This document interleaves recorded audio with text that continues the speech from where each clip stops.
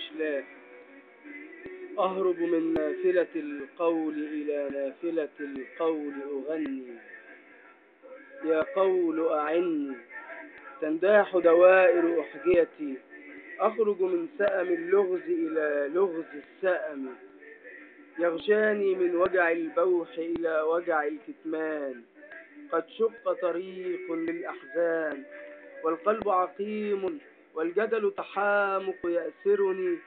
إني أعطيتك من سأتي وتدب كوائن هذا الجرح تآكلني. لو أعلم غيب مواجع هذا الوجد لاخترت طريقي منذ ربيع مر. اختلط الأمر.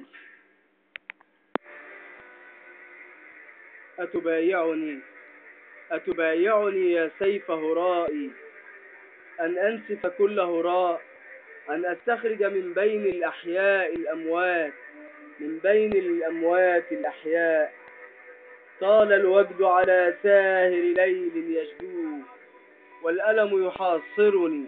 كلت شفتاي والناي لا أقوى دبيب غناء. من دلهه الحب توله فاشتاق. العطش يحاصرني تتمنع نفسي عن شرب غير مراح. حد السيف كهنوت الموقف. حدثني عن ألم الفارس حين تحاصره الأشياء، عن وجد المتصوف حين تأبى الكلم عليه، العابد حين إله ينساه، ومليك حين تبدد عرش الكون لديه. يجذبني أرقي لملاقاة السهد مصير، حين المشي على صفحات الماء، حين الطير على الأنحاء. هذا دمعي باغته بكاء. هل يمكن للأشلاء اجتمعت أن تصبح كونا وضمير؟